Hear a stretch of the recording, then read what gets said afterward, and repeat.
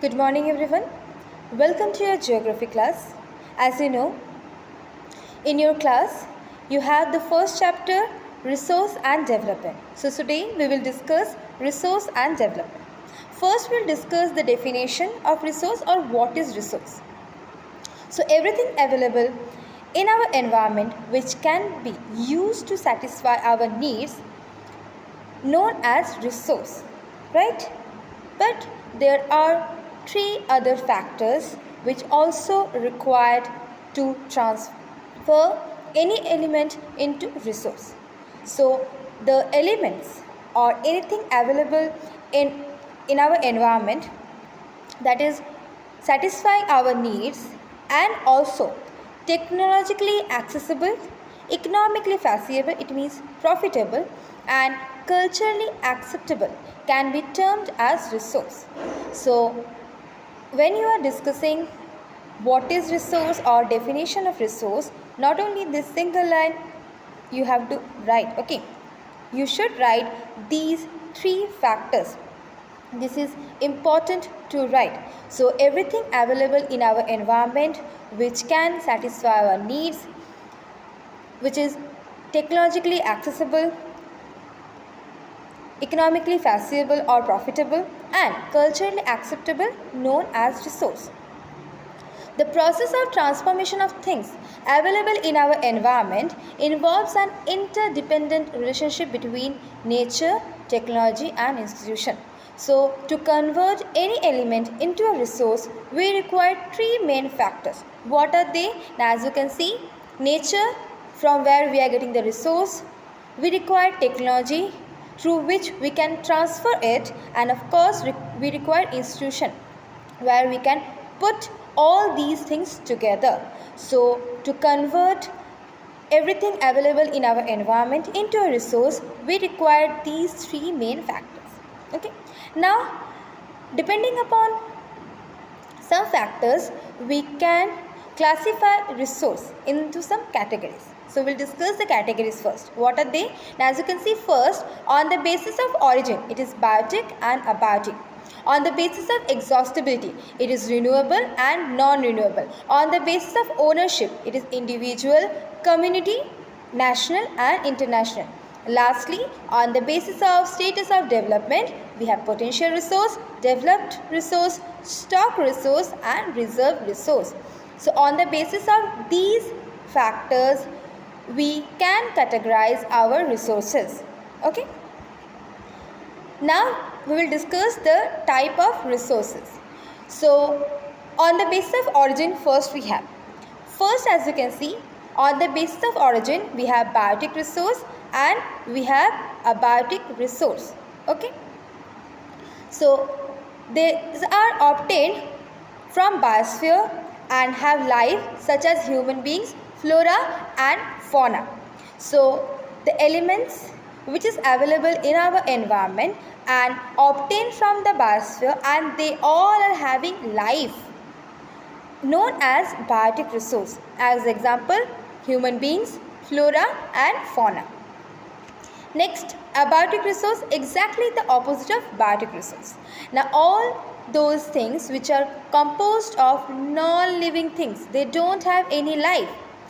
These resources known as abiotic resources. So, elements which is available in the environment but composed of non-living things, they don't have any life, known as abiotic resource. Example, rocks, metals, minerals, anything you can write.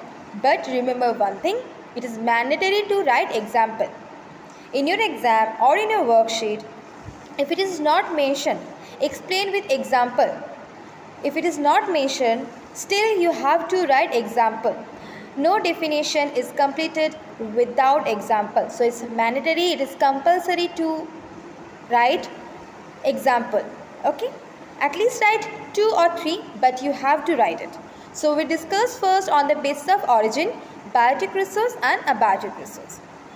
So, we discussed the definition of biotic resource. Now, these resources obtained from the biosphere and they are having life like human beings, flora, fauna, anything.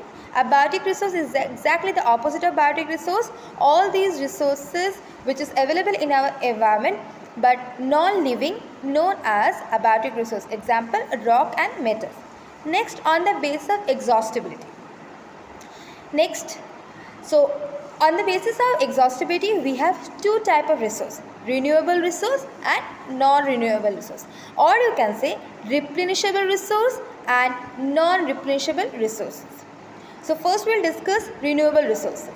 These resources which can be renewed or reproduced by physically, chemically or mechanical processes are known as renewable or replenishable resource. So the resources which we can renew, which we can reproduce by physically, chemically or mechanically process, we can use to reproduce or renew these resources. This known as renewable resource. Example, solar energy, wind energy, water, forest, wildlife, anything. So renewable resource is basically renewable, reproducible resources which is unlimited in our environment. Like solar energy, it is unlimited, 365 days we are getting sunlight. So these resources are unlimited and we can reproduce it. Okay. Next, non-renewable resources. These occur over a very long geological time. Minerals and fossil fuels are example of such resources. These resources take millions of years in their formation. Some of the resources like metals are recyclable and some like fossil fuels cannot be recycled and get exhausted with their use. So as you can see, the non-renewable resource, so these resources first of all very much limited in our environment, as well as if you it take a huge long geological time to renew or to form. So if constantly, indiscriminately we are going to use these type of non-renewable resource, so after some years it's going to be exhausted, it's going to be finished, as it is very much limited in our environment. So examples like any fossil fuel. Okay, so renewable and non-renewable resources are exactly opposite to each other. Renewable resource which is unlimited in our environment, which we can renew or we can replenish. Non-renewable resources which we can't replenish, which we can't renew. If we want, it will take a huge long geological time period. So we need to use it proportionately. We need to use it but with a planning. Examples of renewable resources are solar energy, wind energy, tidal energy, etc. Example of non-renewable resources, fossil fuels, etc. I hope this is clear. Next, on the basis of ownership. Now on the basis of ownership, we have seen we have four categories. On the basis of ownership, first we have individual resources. So individual resources means these resources are owned by privately or by individuals. It means a single person is the owner of that resource. That is known as individual resource, and they are the legal owner of the resource. So if we need to use it, if we want to use it, we have to ask permission. It is individual resource where individual person is the owner of that resource. It can be building, it can be car, it can be money, it can be anything. Okay, example.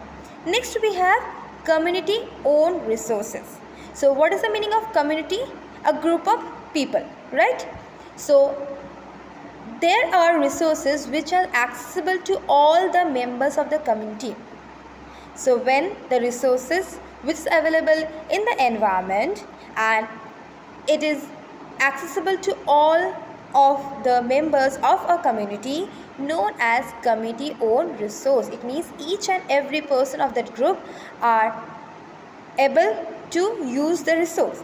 Okay, example, given village common grazing grounds, public parks, picnic spots, etc., etc. Okay. Next we have national resources.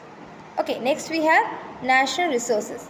So technically all the resources belong to the nation. All the resources belong to the nation.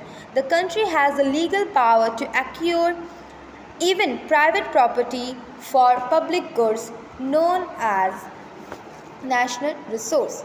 So when resource belongs to all the resource, when belongs to one particular nation, and the country has a legal power to acquire even the private property for public goods.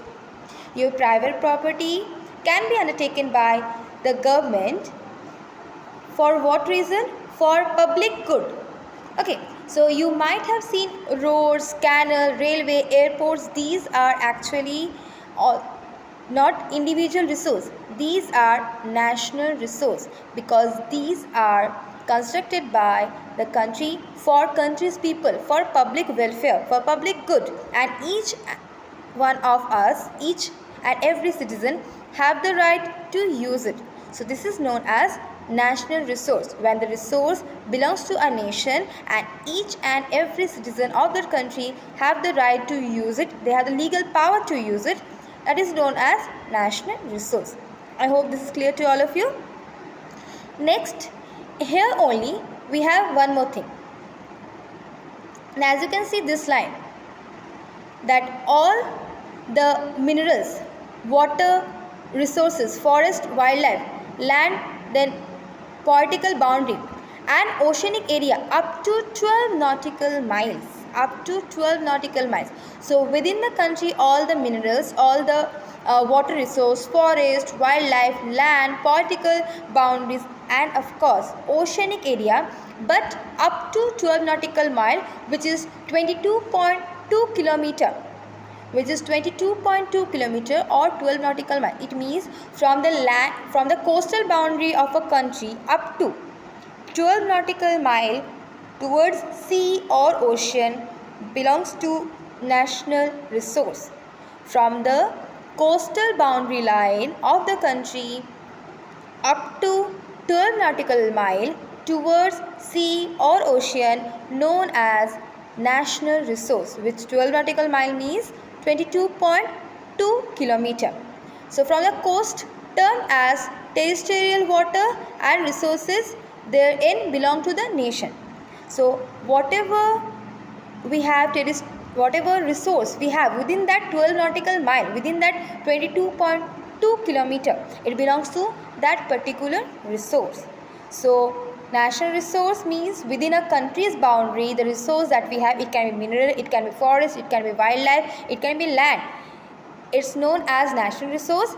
And from the coastal border towards ocean or sea up to 12 nautical mile or 22.2 kilometer is known as national resource.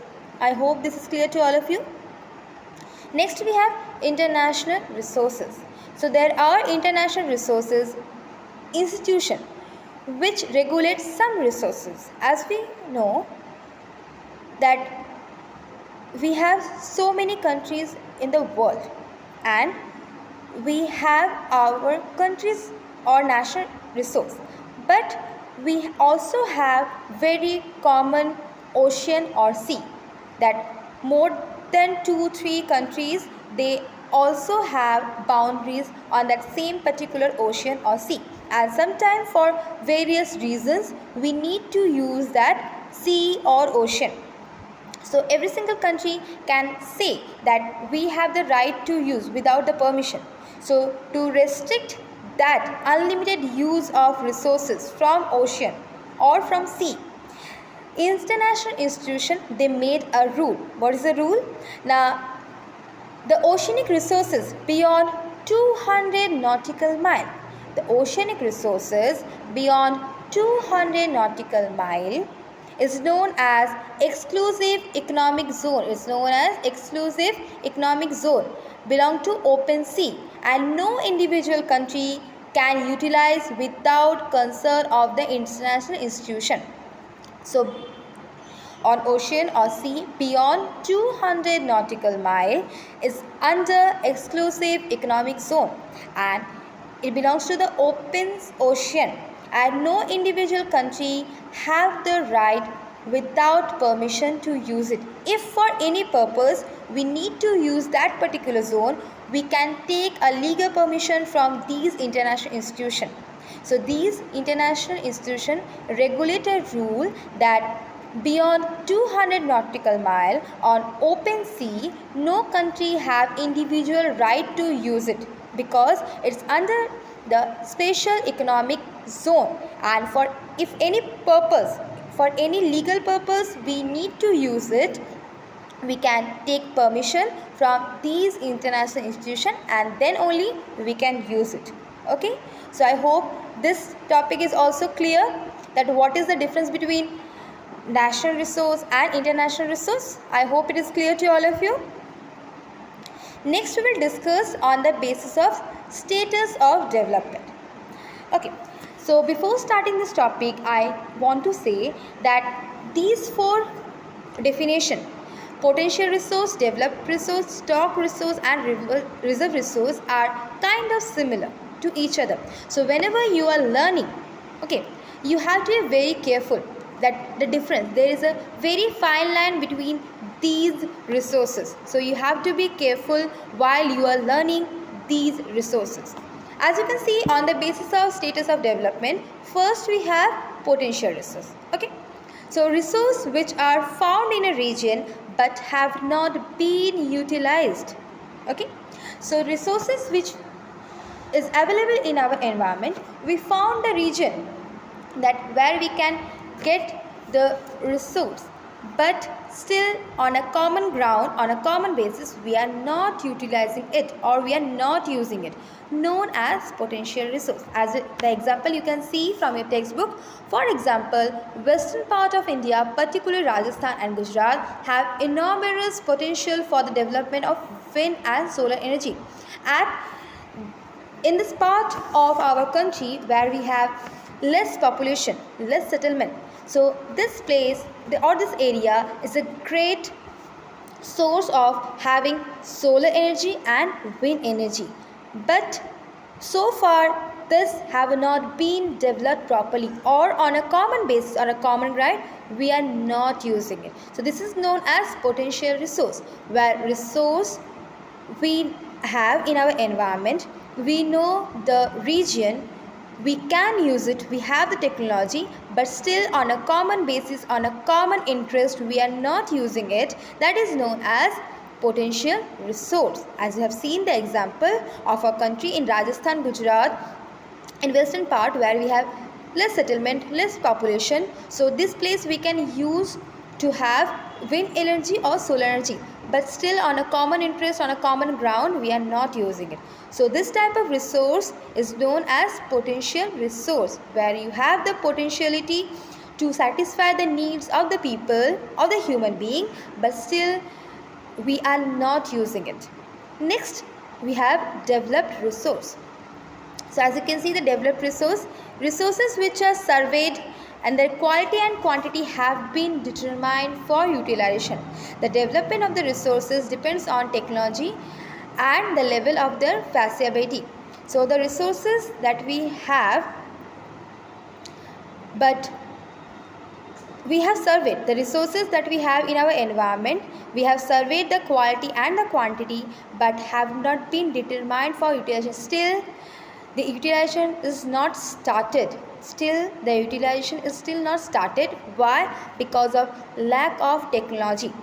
But it is not same for all. Don't think that lack of technology means for all. No, there are some countries, those who have that advanced technology, they already started using these type of resources. This is known as developed resource, where you maybe also have the particular resource, but you don't have the technology, but there are some other people, some other country who have the advanced technology and they started using it. This is known as developed resource. If technologically you are advanced, you are developed, so automatically you can use these type of resources. simple like tidal energy. Okay, tidal energy, like in our country also we can start using, because seaside we are having water body, but due to lack of technology in our country we still can't start it. Okay, still not started on a common ground. But there are some countries like USA, like Japan, they also have these water bodies, and because they are having technology, advanced technology they started using these type of resources. So this is known as developed resource, where the resource surveyed quantity quality we know, but due to lack of technology, there are some people, there are some countries who can't use it, but there are some people or some countries, those who have the advanced technology, they have started utilization. This is known as developed resource. I hope this is clear to all of you, these two resources. Next we have stock resource. Now, materials in the environment which have the potential to satisfy human needs, but human beings do not have the appropriate technology to access. As I said, developed resource wise, that you can access to that, but because you don't have the technology, you can't start utilization. But in stock resource, due to lack of technology still, and this type of resources nobody have this type of technology. So the first step, the very first step is we need to access to the resource. That we can't do.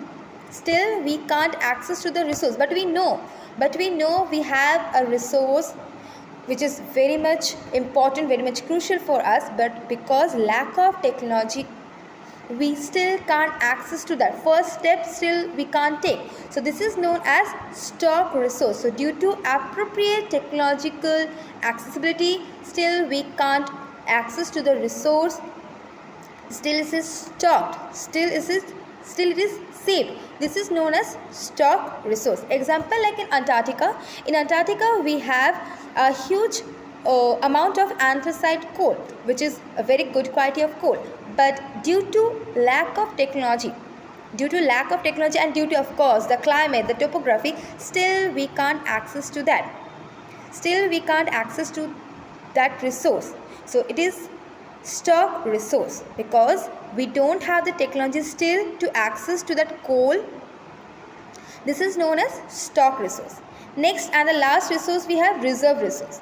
Reserve resource are the subset of stock which can be put into use with the help of existing technology know-how, but their use has not been started.